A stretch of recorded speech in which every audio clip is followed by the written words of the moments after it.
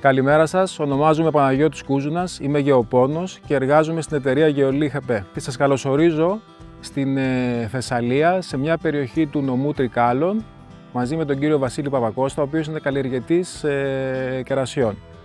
Εδώ βρισκόμαστε σε μία από τις εκτάσεις τις οποίες καλλιεργεί ο κύριος Παπακώστας, στην οποία μας έκανε την τιμή να μας δώσει ένα τμήμα από την καλλιέργειά του, στην οποία καταφέραμε και εφαρμόσαμε τη φιλοσοφία θρέψης που έχει η Γεωλίχ για τα οποροφόρα δέντρα. Τα προϊόντα τα οποία χρησιμοποιήσαμε ήταν προϊόντα της εταιρείας Γεωλίχ, προϊόντα παρασκευής της, όπως είναι η υδατοδιαλυτή σειρά που έχουμε το 20-20-20, το Fortefeed, ή η σειρά λιγνοσουλφωνικών συμπλόκων όπως είναι η σειρά Plex, αλλά και προϊόντα των εταιριών από την Ισπανία Artal που έχουμε αποκλειστική συνεργασία, όπως προϊόντα το Tronver, προϊόντα όπως το Superset, αλλά και από την Carbotecnia, μια άλλη ισπανική εταιρεία στην οποία έχουμε αποκλειστική συνεργασία, προϊόντα όπως το Boomer ασβεστίου μαγνησίου. Ο σκοπός όλου αυτού του πειράματος, της προσέγγισης που κάναμε στον κύριο Παπακώστα, είναι ότι θέλαμε εξ αρχής να πάμε να εφαρμόσουμε τα προϊόντα αυτά σε μια καλλιέργεια η οποία είναι ήδη επιτυχημένη. Δηλαδή μια καλλιέργεια στην οποία, όπως κάνει ο κύριος Παπακώστας, στην οποία είναι γνωστός για το ποιοτικό κεράσι το οποίο παράγει, και ο σκοπός μας, όπως είπα, ήταν να προσδώσουμε λίγο παραπάνω ποιότητα, λίγο παραπάνω ποσότητα και να βελτιώσουμε την καλλιέργεια όπου μπορούμε σε κάποια χαρακτηριστικά. Η φιλοσοφία μας αυτή έγκυται στο γεγονός το ότι χρησιμοποίησαμε το σωστό σκεύασμα την κατάλληλη χρονική στιγμή, έτσι ώστε να εφαρμόσουμε βιώσιμους τρόπους καλλιέργειας, έτσι ώστε να έχουμε προστασία του τελικού προϊόντος για τον καταναλωτή αλλά και για τον παραγωγό, και να καταφέρουμε να δώσουμε περισσότερα ποιοτικά χαρακτηριστικά, όπως σας είπα, σε μια ήδη επιτυχημένη καλλιέργεια.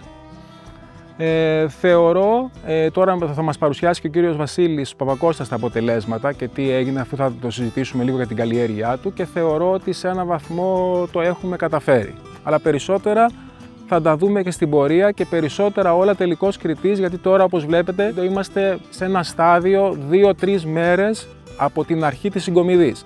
Άρα ο τελικός κριτής πάντα θα είναι η τελική συγκομιδή που θα κάνουμε στο προϊόν. Κύριε Βασίλη, καλημέρα. Καλημέρα και από μένα. Παρακαλώ, δώστε μας λίγο, πείτε μας κάποιες λεπτομέρειες όσον αφορά την καλλιέργεια. Ποια είναι η ποικιλία, ποια είναι τα υποκείμενα, πώς το κατευθύνστε μας λίγο, δώστε μας μια περιγραφή παρακαλώ. Λοιπόν, καταρχάς το χωράφι είναι γύρω στα 7 στρέμματα. Η ποικιλία είναι Early Lorry με επικονιαστές Lorry Bloom. Στα 7 στρέμματα έχουμε 800 δέντρα, είναι μονόκλονη το δέντρο. Τώρα είναι το 4ος χρόνος από τη φύτευση. Έχει περάσει και τον Ντάνιελ που είχαμε πλημμυρίσει πέρυσι. Τότε με τον Ντάνιελ πρόπερση. Και ουσιαστικά τώρα εμείς περιμένουμε γύρω στα 700 κιλά το στρέμμα, αν και είναι η πρώτη χρονιά που θα έχει παραγωγή, γιατί πέρυσι λόγω Ντάνιελ δεν είχαμε παραγωγή. Υπάρχουν στην άλλη καλλιέργεια που είχε ο κύριος Βασίλης Παπακώστας στο άλλο χωράφι, υπάρχει και ένας διαφορετικός τρόπος κλαδέματος. Αυτός είναι ο μονόκλονος τρόπος κλαδέματος, ο οποίος τον εφαρμόζουν αρκετά συχνά, γιατί είναι πιο εύκολο στη συγκομιδή, από ό,τι ξέρω.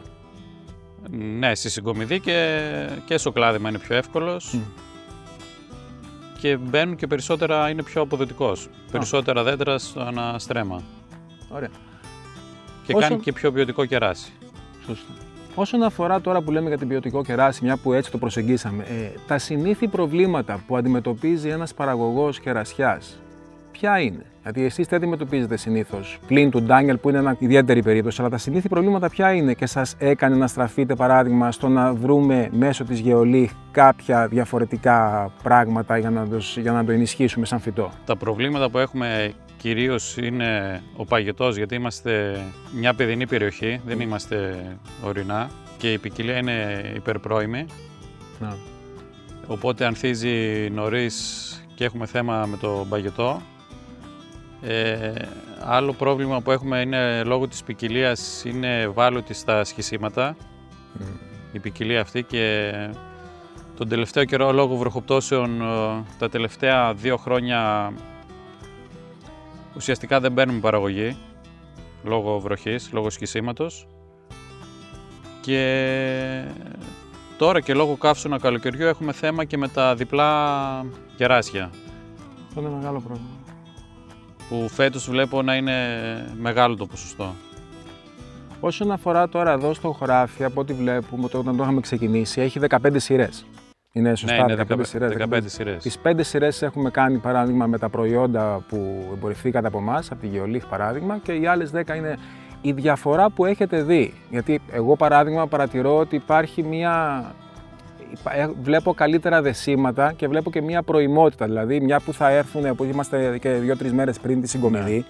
Ψάχνουμε την προημότητα. Όσο πιο νωρίς μαζέψουμε, θα πάρουμε καλύτερη τιμή. Τώρα με τα προϊόντα που ψεκάσαμε, βλέπω αυτές οι 5 σειρές να είναι 2 μέρες πιο μπροστά από τις υπόλοιπες σε θέμα ορίμανσης, και τα δέντρα τα βλέπω να είναι πιο γεμάτα, να έχει γίνει...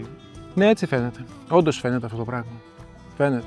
Το τελευταίο που να ξέρετε, σαν αποφώνηση τώρα, αυτό που θέλω να μιλήσω με τον κύριο Βασίλη είναι ότι τον ευχαριστούμε πάρα πολύ εκ μέρους Γεωλίχ για την συνεργασία την οποία είχαμε. Είναι χαρά μας και σας είπα, εκτός από χαρά μας είναι και πρόκληση μεγάλη το να μπορείς να βελτιώσεις μια ήδη πετυχημένη καλλιέργεια. Είναι πολύ πιο δύσκολο, πολύ πιο challenging να το πω, να δημιουργήσεις κάτι καλύτερο, σε κάτι ήδη καλό, παρά σε κάτι το οποίο είναι παρατημένο σε οποιαδήποτε καλλιέργεια υπάρχει.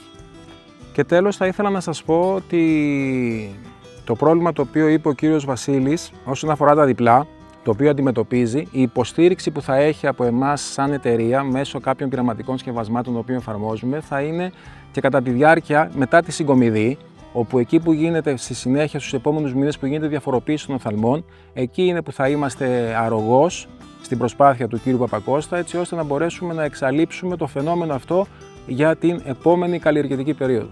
Συμφωνείτε? Μακάρι. Θα είναι ευχή για μας. Ναι. Σας ευχαριστώ πολύ. Σας ευχαριστώ, να είστε καλά.